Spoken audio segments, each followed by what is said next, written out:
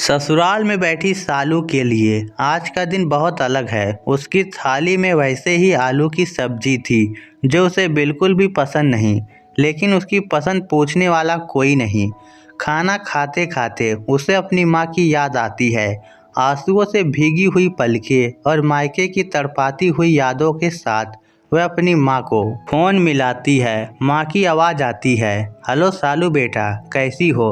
अगर वहाँ किसी भी चीज़ की ज़रूरत हो तो अपनी सासू माँ को बेझिझक कह देना, अब वो भी तुम्हारी माँ है। सालू को लगा कि वह सब बता दे।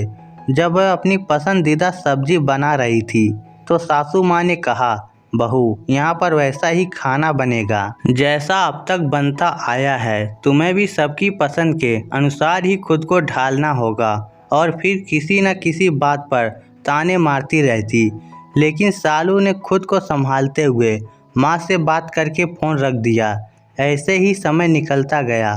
फिर एक दिन सबको पता चला कि सालू गर्भवती है। उसके ससुराल वाले बहुत खुश थे। सालू को लगा कि शायद अब उसकी सास के व्यवहार में थोड़ा बदलाव आएगा, पर जैसा सोचते हैं वैसा हर बार कहाँ होता है। शुरू में सालू की तबीयत बहुत ख़राब रहती थी। दिन रात उल्टियाँ होती रहती, कुछ भी खाना नहीं पचता था। फिर भी उसे घर का सारा काम करना पड़ता। उसकी सास पूरा दिन बाहर घूमती रहती। घर के कामों और सालू की तबीयत से उन्हें कोई मतलब नहीं था। अब भी अगर उसका कुछ खट्टा या मीठा खाने का मन करता तब भी सासू माँ ये कहकर मना कर देती कि इससे होने वाले बच्चे को नुकसान होगा, और वह भी मन मार कर रह जाती। उसे समझ नहीं आता कि उसके साथ उसकी सास का व्यवहार ऐसा क्यों है। फिर एक दिन सालू ने कहा, माँ जी, मुझसे कोई भूल हुई है क्या? मैं आपकी हर बात मानती हूँ, जैसा आप बोलती हैं वैसा ही करती हूँ। क्या कमी है मेरे अंदर? मैं माँ बनने जा रही हूँ, मुझे आपकी ज़रूरत है माँ जी। ऐसा बोलकर सालू रोने लगी, पर उसकी सासू माँ पर इन बातों का कोई असर नहीं हुआ और ना ही उनके व्यवहार में कोई परिवर्तन आया। बल्कि अब तो उन्होंने सालू को बात बात पर सुनाना शुरू कर दिया कि आजकल की बहुएं अपनी सास से ज़्यादा ही सवाल जवाब करती हैं। हमारा तो हमारी सास के सामने मुंह तक नहीं खुलता था।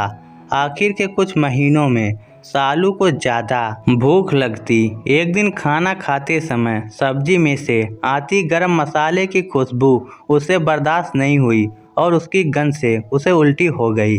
लेकिन वो तो सब्जी बनाते समय उसमें गरम मसाला नहीं डालती थी। फिर सासू माँ से पूछने पर उन्होंने कहा कि बिना गरम मसाले के सब्जी में स्वाद नहीं आता।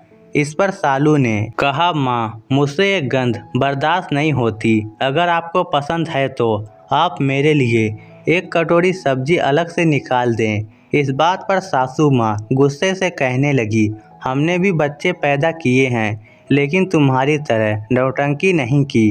खाना है तो खाओ, वरना मत खाओ। यह सुनकर सालू के मन को बहुत ठेस पहुंची। कहाँ वो सोचती थी कि इस हालत में उसकी सासू माँ उसका एक बच्चे की तरह ख्याल रखेगी, पर यहाँ तो सब उल्टा ही हो रहा था। फिर कुछ दिन बाद वह अपने मायके गई। वहाँ जैसे ही पहुंची तो उसकी पसंद की सब चीज़ें उसे तैयार मिली। उसके मम्मी पापा उसका बहुत ध्यान रखते। आज उसकी फरमाइश पर उसकी माँ ने उसके लिए लड्डू बनाए थे।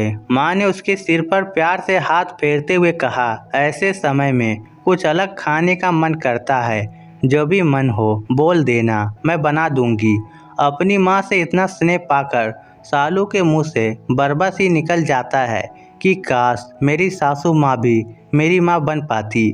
दोस्तों, अगर एक लड़की अपनी कहे अनुसार रहती है तो उसकी सास उसे माँ की तरह प्यार क्यों नहीं दे सकती? क्या ससुराल में एक बहू की पसंद की कोई कीमत नहीं होती? इस स्टोरी को लेकर आपकी क्या राय है? नीचे कमेंट करके हमें ज़रूर बताइएगा। धन्यवाद।